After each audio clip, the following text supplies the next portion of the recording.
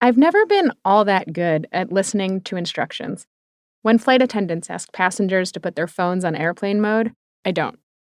I usually scroll Instagram until we lose service. That's what I was doing one morning in February 2024. I was scrolling Instagram when the little red icon appeared in the top left corner of the app. A new message. I opened it. It was a link to a video. My thumb was hovering over it as the wheels lifted off the runway. I saw the top half of a news anchor's head and the logo for Fox News. The screen froze like that. At the time, I was working on a film about affirmative action, so I assumed that the link had something to do with that. We were in the air for about 6 hours, and as we landed, I opened Instagram again. I saw 4 more messages. Everyone was sending me the same link. As it loaded, I realized it had nothing to do with affirmative action. Adult women are being diagnosed with ADHD at a record pace. In just 2 years, diagnosis rate has nearly doubled. So what's driving yes, ADHD, attention deficit hyperactivity disorder. Like phones could be a root cause, but ironically, it's also what's raising awareness about it. It was all over the news that week. Joining us now is Brooke Schnittman. She's an ADHD and executive function coach. It's great to have you here. So tell us why. Why women? Why now? Why are these diagnoses going up? Diagnosis in ADHD is going up. People are understanding more about themselves since the pandemic. So when we had so much downtime to really understand ourselves, that's when mental health was on the rise. And it seemed like Brooke had more to say, but the anchor jumped in. So, but what if, all of us are distracted because of our phones, right? I can be reading the Wall Street Journal editorial page at night. I'm like, wait, let me check what my sister just sent me on Instagram. But where's the line between someone who feels distracted because of their phone and someone who actually has ADHD and gets a diagnosis like that? And if at that point... I knew exactly why my friends were sending me this clip. Why are so many women being diagnosed with ADHD? Do they really have it? I started asking these questions sometime in the summer of 2022, a few months after I joined the ranks of the recently diagnosed. Listening to a news anchor question the rise in diagnosis, I realized I really do want to know. Why women? Why now? For the last year or so, I've tried to answer these questions. I've talked to scientists, doctors, and I've talked to many, many women who have ADHD. Some who were recently diagnosed, others who have known for decades. This is a story about science, social expectations, stress, and the way we live. It's about who we trust. Most importantly, it's a story about women.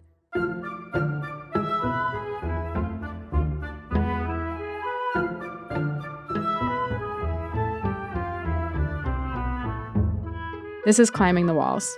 I'm Danielle Elliot.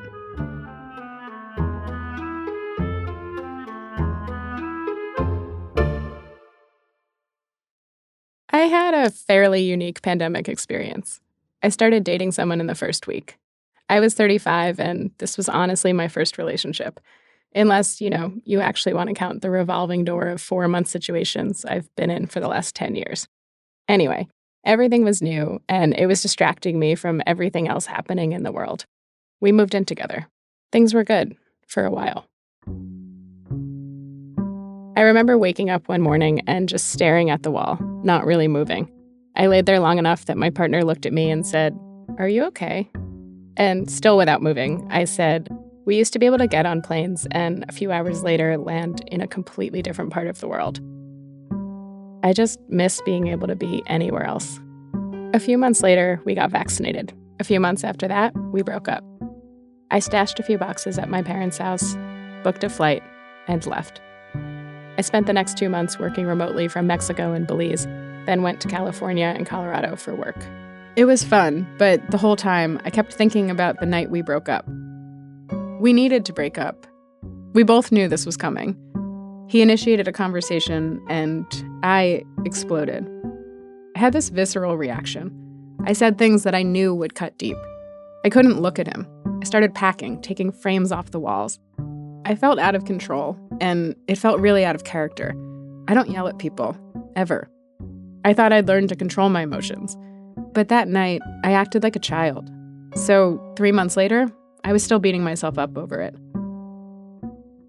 One night, I Googled extreme reactions to rejection, and this article popped up about something called rejection-sensitive dysphoria, RSD. I'd never heard of it. One magazine article described it like this: "It is always triggered by the perceived or real loss of approval, love, or respect. It looks like an impressive, instantaneous rage at the person or situation responsible for causing the pain. Some people use the pain of RSD to find adaptations and overachieve. They constantly work to be the best at what they do and strive for idealized perfection."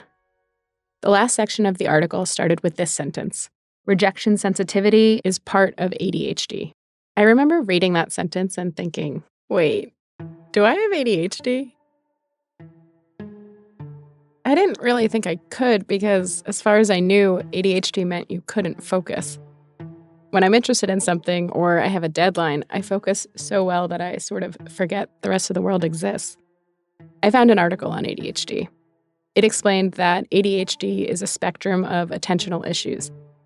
The next day, I talked to my therapist. She suggested I take a self-screener.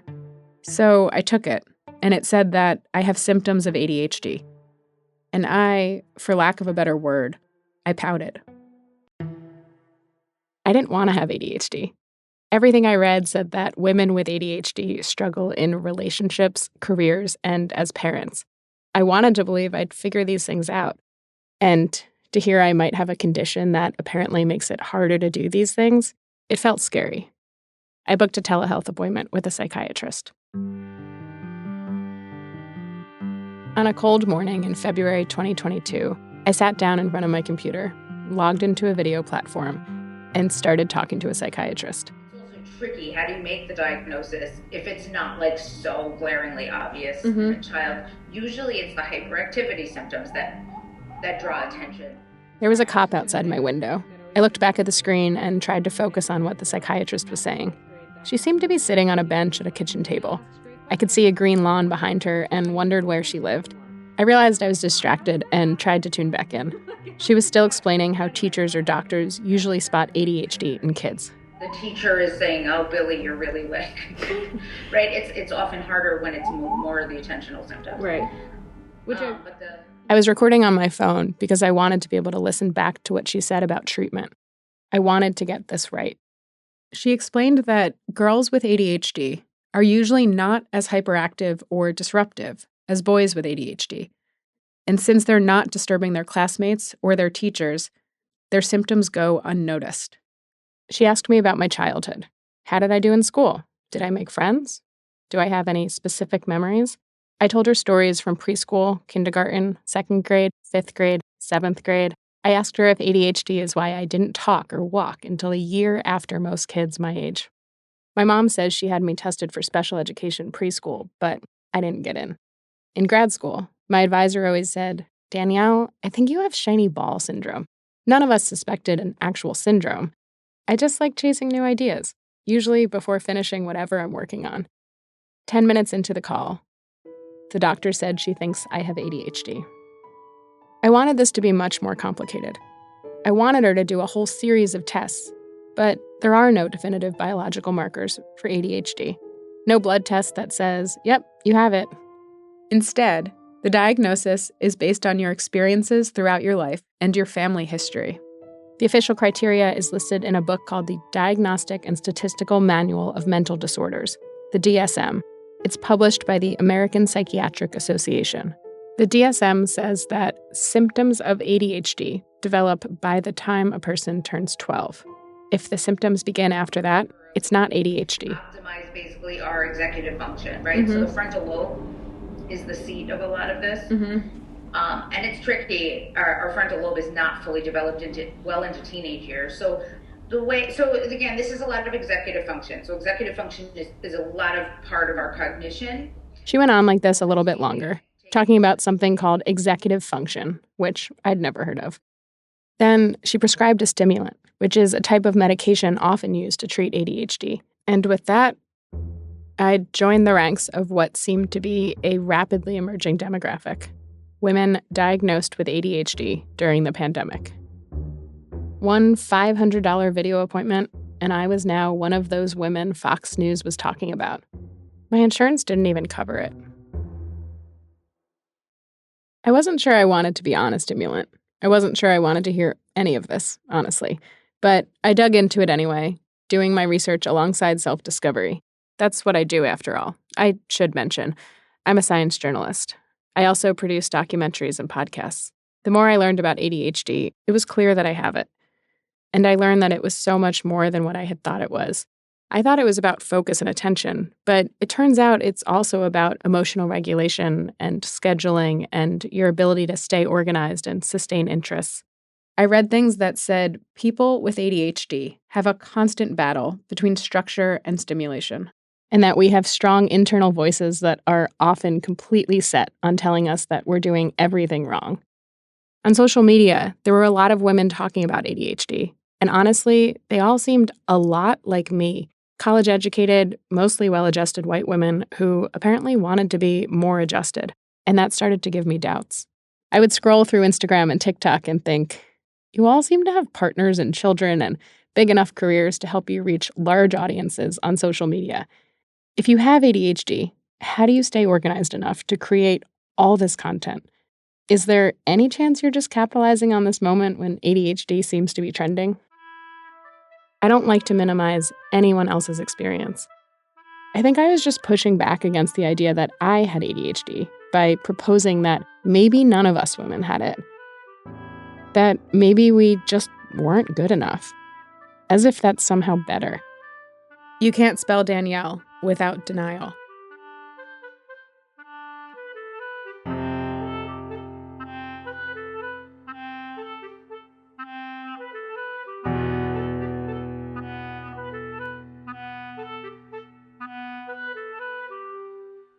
My notion of who was talking about ADHD started to expand when I moved into a new apartment that summer. Great light, closet space, friendly building. I got to know 3 of the women on my floor. We were watching TV one night, and one of them mentioned her ADHD. Another one of the women jumped in and said, "Oh, I was diagnosed last year." Over the next few months, I started hearing this everywhere. A bartender at my favorite spot, 2 friends talking on the train, friends telling me about their moms being diagnosed. Unlike what I saw on social media, they weren't all white women. Then, researchers published data that supported what I was seeing around me. Tons of women are being diagnosed with ADHD. From 2020 to 2022, the rate of diagnosis skyrocketed. Okay, let me get inside your head for a minute. You're probably thinking, what's the big deal? A lot of women were diagnosed with ADHD in the past few years. So what? Sounds like you made some new friends and got some helpful meds out of it. Why are you so mystified? Like, this subject needs a podcast mystified. Is this your latest shiny ball? It goes back to what the psychiatrist told me on the phone about why my own ADHD wasn't identified when I was a kid. Girls tend to have different symptoms, she'd said. Hyperactivity is much less common. Our brains, though no less unique than that of any rambunctious boys, slipped under the radar. For many, many years, this was the accepted wisdom. Doctors weren't diagnosing ADHD in girls because they simply didn't know they had it. One doctor told me that in the 1970s and early 80s, he was taught the ratio of boys to girls with ADHD was 10 to 1. On top of that, the medical community also firmly believed that people outgrow ADHD in adulthood. Those 2 beliefs together meant that very little thought was ever given to women, grown-up, adult women, having ADHD. When I was in grad school in 2013, and my advisor joked that I had shiny ball syndrome, she didn't consider that I might have ADHD. I was studying science journalism. I read so many journals and articles that year and never came across anything that would suggest such an idea. Obviously, something had changed in the last few years. Women with ADHD were now being found everywhere, from my apartment building to Fox News. I talked to dozens of women who, like me, went undiagnosed until recently. Women in their 20s, 30s, 40s, 50s, 60s. One woman in her mid-70s. So, yeah, that's my shiny ball. My podcast-worthy question. Why women? Why now? One day, I was at a friend's birthday party, and someone said something I've never heard before. He said his mom was diagnosed with ADHD early, back in 1963. I couldn't resist. A week later, I was in Michigan, meeting his mom. If I wanted to figure out how we missed this in an entire generation of women, I felt like talking to someone who hadn't missed it was a pretty good place to start. I was a famously active child, kinetic. The word then was hyperactive. This is Emily Mitchell. She's a graphic designer in Traverse City, Michigan. We met at her house and sat in a basement office. Yeah. So I was famously hyperactive, kinetic, always moving. When you hit public school and you're in kindergarten, as I was, there is nap time. And I couldn't lay still on my mat. My mother made me a chain of safety pins that we attached to my mat so I would have something to do. That's like something to play with somewhat quietly. She tried things that would help me, not conform, but to participate in the structure of the day. And because I was young, I don't know how it went, but say the teacher complained. And then my mother took me to our doctor, who was a pediatrician who was young. He was just out of med school. I mean, he was in a young crop of new pediatricians. And this is in Michigan? In Michigan, in the Detroit area, Oak Park, Michigan. And I remember him. I was fond of him, and I felt special in his office, And he said to my mother, Emily likes people. And the last thing she needs is to be a problem to her teacher as she starts her public education. That's not going to be good for her. So I have something that we should try. And it was Ritalin. And I took it, and it helped. It helped. The first time we know of a doctor giving stimulants to kids is in 1937. About 20 years later, in 1955, the FDA approved Ritalin as a medication for adults battling depression and a handful of other conditions. Then, in 1962, the FDA approved it for use in children with attentional deficits and hyperactivity. A year later, in 1963, a young pediatrician recognized this in 6-year-old Emily, and he prescribed Ritalin. I called it my silly pill. And it was just part of my life. So it helped me be a good student. And we didn't realize that until I stopped taking the Ritalin. The American Psychiatric Association published the second edition of the DSM in 1968, when Emily was in 5th grade. This edition described a condition called hyperkinetic reaction of childhood. It's characterized by overactivity, restlessness, distractibility, and short attention span. The DSM said children outgrow this by the time they become teenagers. Emily was 11 years old, and she was starting to feel self-conscious about her silly pill. So when I was in 5th grade, I stopped taking it. And my grades immediately went down. And it didn't alarm my parents, I think it was just the thing to do at the time. You grow out of that. You don't have to take that anymore. Did you feel like you had grown out of it? Like, did you, as a 5th grader, do you remember then having a harder time sitting still or... Yeah, you're nodding. I couldn't focus on, the evidence is that my grades went down. And I graduated high school undistinguished academically under 3.0.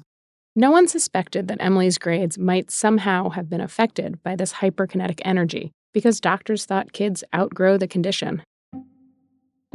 She was in high school in 1971 when a Canadian psychologist named Virginia Douglas gave a speech that would change everyone's understanding of hyperactivity, hyperkinesis, and attentional disorders. This was at the annual meeting of the Association of Canadian Psychologists. Dr. Douglas explained research she'd conducted at Montreal Children's Hospital, where she determined that hyperkinesis is associated with attentional deficits and impulsivity. Hyperkinetic reaction of childhood became known as attention deficit disorder, ADD. In 1980, the 3rd edition of the DSM updated the diagnostic criteria and officially changed the name. By then, Emily was a recent art school grad living in Toronto. She was married, building a life as a textile designer and weaver. I wasn't even interested in the fuzzy stuff. It was the structure and the fact that you could do something with a limp piece of thread and turn it into a whole humankind's history of both art and function. It's an amazing history. And it was interesting to do. My husband. Emily started to gain a reputation in the art world. One of her pieces was exhibited at a museum in New York, but she and her husband were feeling the pull to move home to Michigan. They bought an old schoolhouse in Traverse City. It's a picturesque town, right on the water. It's dreamy, and in many ways, so is their life. Financially, though, it was tough.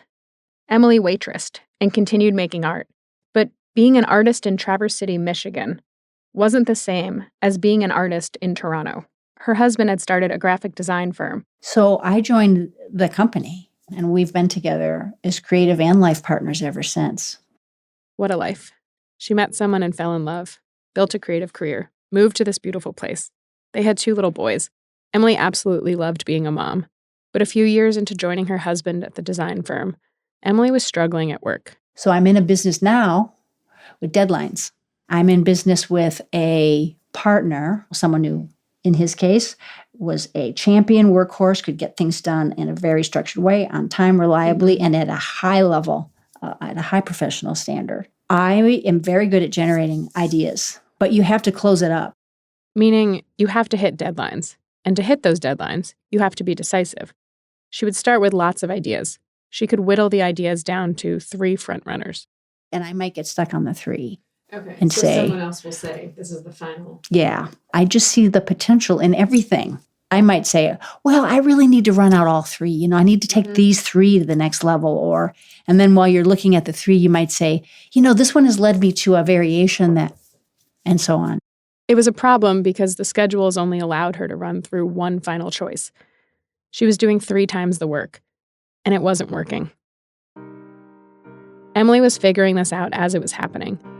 The company was successful, and the work was demanding. She was in a high-stakes environment. She loved it most days, but when deadlines approached, I suffered. So I was suffering at work. Also, just the office environment. You got a list of things you have to get done every single day. So I found myself often staying up all night, and that wasn't, in some people's lives, that's not a problem. But it was difficult for my partner.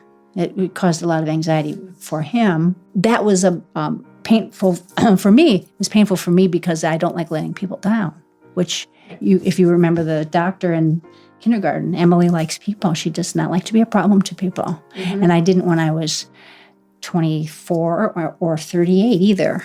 So I started wondering, it was just... And you felt like you were letting him down. Yeah. But in the meantime, we're starting to have a family of small children, and we're running this business. So I think I spoke to a guidance counselor, the local college, to double check that I had made a good decision. It wasn't the profession, it was office work. A good decision Office work. as in the job that you chose. Yeah. Why am I unhappy in my job? Why does this feel, it's just so stressful. I ended up speaking to my family doctor. Annual physical, how are you? How you doing? And he said, let's have a look at your brain. It might be just your brain, the way your brain is. And this is the mid-90s. Emily stopped to do the math. She counted on her fingers, and we laughed because this is something I do too. Emily thinks she talked to her doctor when she was 30. So that would be 1987 or 88. They talked about her medical history, including the diagnosis in kindergarten and her silly pill. By then, doctors were starting to recognize that adults often have symptoms of ADHD. But officially, it was still considered a condition of childhood. Emily was lucky to have a doctor who was up to date on the clinical findings. So at 30, I was diagnosed with ADD. There's no mention of H. There's no H in there.